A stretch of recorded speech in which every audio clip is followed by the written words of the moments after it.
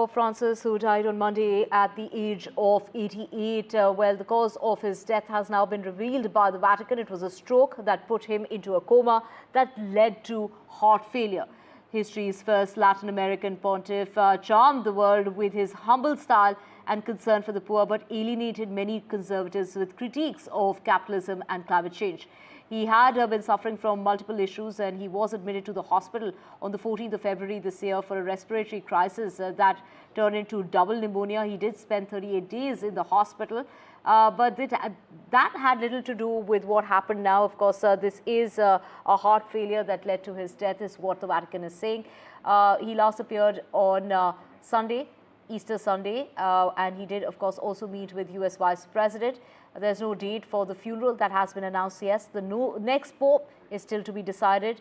The US President Donald Trump has said that he will be attending the funeral in Rome for Pope Francis, while the government here in India has declared 3 days of state mourning as a mark of respect of the passing away of Pope Francis.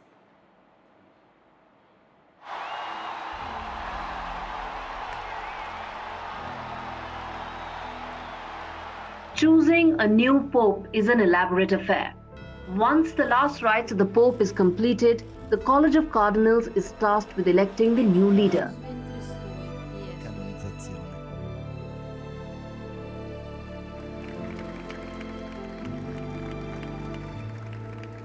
In theory, any Roman Catholic man who has been baptized can be considered for election to become pope. The cardinals, however, prefer to select one of their own. Voting happens inside a guarded environment, and the interaction of cardinals from the outer world is restricted to remove the chances of collusion of votes. A 2/3 majority has to be achieved. Currently, there are about 140 cardinals who are eligible to vote, with each cardinal voting through a ballot paper. No one can get inside the Sistine Chapel during this selection process. One gets to know the result through the smoke that comes out from the Vatican's rooftop.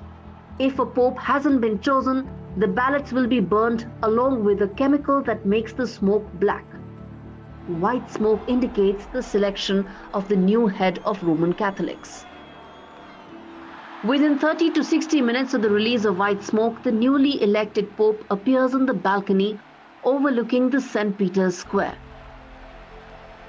signaling a new chapter in the history of the Vatican. Bureau Report for NDTV World.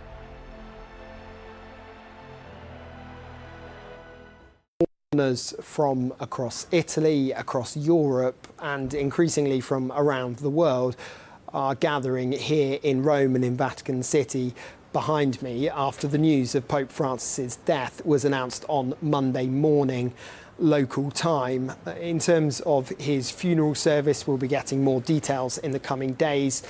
But Pope Francis was a pope who lived a relatively simple life compared to some of his predecessors, and it seems that he's very much hoping that that wish will be respected in death as well, opting for a simple remembrance of his life, doing away with some of the traditions that are usually seen when it comes to the funeral of a pope.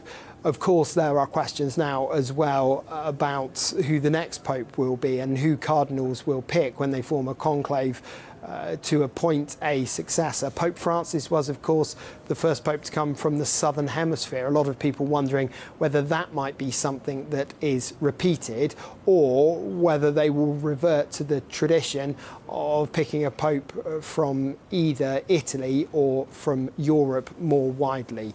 All of that to be discussed in the coming days and weeks, but what we are expecting here in the shorter term is people to continue to arrive here in Rome to pay their respects to Pope Francis, who has died at the age of 88. John Bevir, NDTV, Rome.